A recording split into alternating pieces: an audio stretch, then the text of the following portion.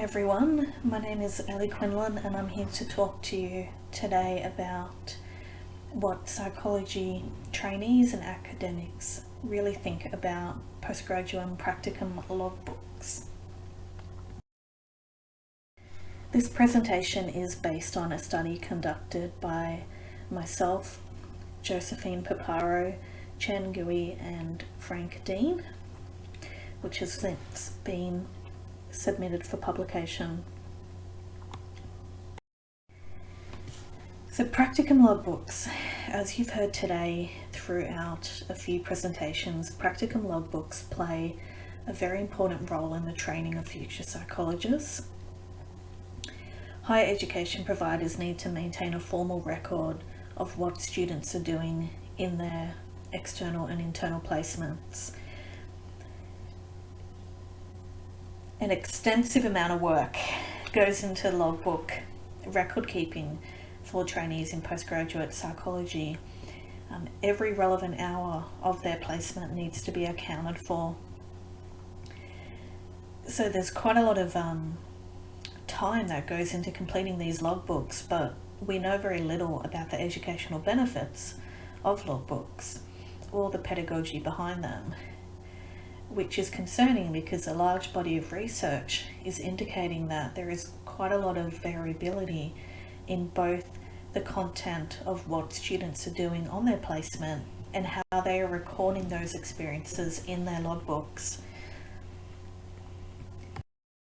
So the research team wanted to understand more about how logbooks are experienced from the user perspective, and in particular we wanted to understand what are the perceived functions or purpose of a logbook, what are the benefits and shortcomings both for students and for academic staff, and how can we use the information recorded, considering that such detailed information is recorded regarding placements, to support the trainees in their overall development. So this project, we are hoping, can represent a first step towards building more of a theoretical framework around logbooks and their best practice. We conducted a qualitative study considering that there is a lack of existing theory in the area, and our sample consisted of 16 participants, 8 of which were trainees currently studying an accredited postgraduate psychology program, and 8 were academic staff working within postgraduate psychology programs. We had a range of higher education providers represented.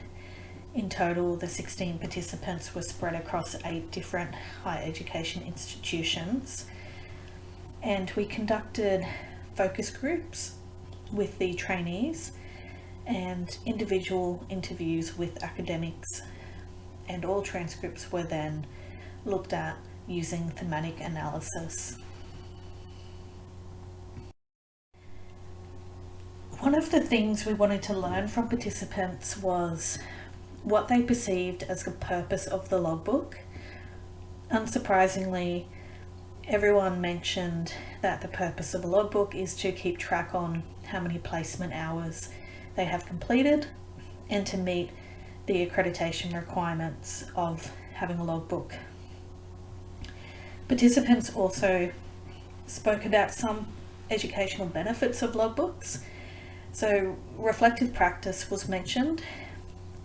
Trainees and academic staff mentioned that in some institutions there is a particular section that asks trainees to reflect on how their placement day went or how a particular entry felt for them. So it was built into the logbook process. Monitoring student competency and ensuring diversity and experience was also mentioned. So for some institutions, when trainees were logging direct client hours, they were required to input information on the client regarding the client's gender, age, ethnicity, and that enabled them to then collate information over time about what kind of clients they had been seeing. And then a lot of participants also mentioned that in their institution the logbook did not have any additional educational benefits, and they just saw it as a record keeping activity. In terms of the user experience of logbooks, there was an overwhelming negative experience for trainees. So trainees spoke about completing their logbook to be very painful, finding it quite hard to remember what they had done, particularly if they fell behind, and found it quite tedious. At the same time though, they did acknowledge that particularly towards the end of their week or towards the end of a placement, they did get a sense of pride when they looked back on how many hours that they had built up and how many experiences that they had recorded in that logbook. Both trainees and academic staff spoke about having constraints on how much time they had available to them to review logbooks, and that they trainees found it hard to balance completing a logbook among all their other course demands and placement demands, and academic staff found it hard to fit in a thorough assessment of trainees' logbooks with all the other competing priorities that they had in supervision.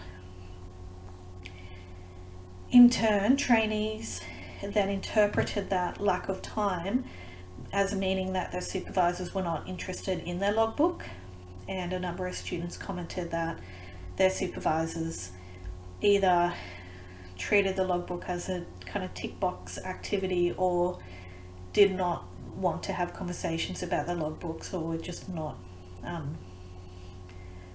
interested.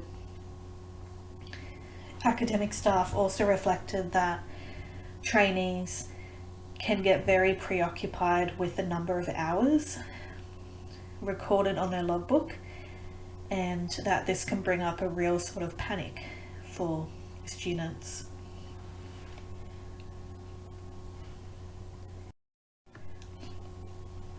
Another common theme from participants was confusion regarding what can be logged. So first of all, definitions of client contact, which many of us in postgraduate psychology education know that struggle, but not being sure what counts as direct client contact versus indirect client contact, if a brief consultation can be counted as supervision or not. So lots of confusion from the trainees, but this was also present for the academic staff as well. Students also reflected that due to rigidity about what does count as direct client contact and not, that they didn't feel like their logbook was a true reflection of what they had learnt and experienced on placement. So students spoke about how they might go to placement for a full 8-hour day, but then when they sat down and looked at which activities can I put in my logbook, it only came up as perhaps doing 4 hours worth of work, and they found that quite demoralizing because they felt like they were learning a lot, but it wasn't quite reflected in their logbook. That was also influenced by the placement site that students were working at. So students reflected that depending on where you were placed, the opportunity to gain hours and therefore complete your logbook was very inconsistent between placements, and that had a real impact on their overall experience of the placement. If it was difficult to get their hours, that coloured their overall experience to a large degree. There were also comments regarding a lot of variation between students from different universities. Students reflecting that through discussion with other trainees or through social media, they were surprised at seeing that other students may be counting activities that they were not permitted in their institution. But that variation was also present within the same university. So academic staff reflected that even in internal placement, where the students would generally have equal opportunities and spend the same amount of time on learning activity, that the amount of time that trainees would claim on their logbook was very different. Participants gave a number of suggestions for how we can improve the logbook experience. First of all, the need for more improved technology. Between the 8 universities that were represented in our study, the way logbooks were completed varied from using specialised software like Time to Track or Sonia, to using Excel, to using Word document sheets, and a common theme was, regardless of how advanced the current system was, that there are still ways to do it better. The idea of an app was very popular, so having something a bit more mobile that whilst on placement a student could jot in, you know, I'm in group supervision for the next hour, or I've just had an hour session. And there were also suggestions that ideally if we could integrate the logbook with internal patient management systems, that would streamline a lot of work. So for example, in internal clinic, then we have a clear record of which clients attended, for how long. If a session was missed, it's recorded. And academic staff spoke about how if this was an option, it would increase their confidence in the accuracy of trainee logbooks. Another suggestion was to integrate logbooks with competency assessments. So having a way that the two can mirror each other, where currently they're often quite separate processes. So for example, if a student had scored quite low on their competency for psychometric assessment, but the data from their logbook indicates that they've had a very limited amount of time gaining those experiences, then it makes sense why they're scoring lower, because they haven't had the same opportunity compared to a student who might be scoring lower on that competency but has had 50 plus hours experience in their logbook.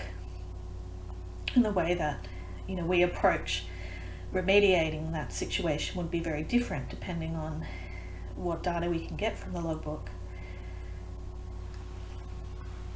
And lastly, the pie in the sky, if we could have a standardized format provided by the accrediting body or by university consortium that all higher education providers could agree is the ideal way to do logbooks. A lot of trainees and academic staff thought that that would create a lot of equality. So a few takeaway messages to reflect on. First, for those of you working in postgraduate psychology, how can you improve the experience of completing logbooks in your institution? So from the study, we learnt that trainees and staff tended to view the process of using a logbook as negative. So considering what feedback have you been given on your logbook in the past, if you haven't had opportunity for feedback, speaking with students about which aspects of our logbook are you finding the most difficult or frustrating. Many staff described a lack of time to review logbooks, and students reported that their supervisors were not interested. So considering what is your process for reviewing logbooks and what messages might you have given students, even inadvertently, about the importance of logbooks, and what direction do you give about the definitions of client contact? Do you have accessible information on this? And second, considering what is the purpose of your logbook. So many programs do not extend their logbook beyond record keeping. And what opportunities do you have to incorporate things like reflective practice, to monitor the kind of clients that your students are seeing, and to clearly link the logbook data to the development of competencies. This is an area that I think has a lot of potential in the future. If anyone listening is interested in future collaboration or has any feedback or ideas regarding practicum logbooks, please reach out to the research team. We're committed to doing future work to continue to improve logbooks. Thank you.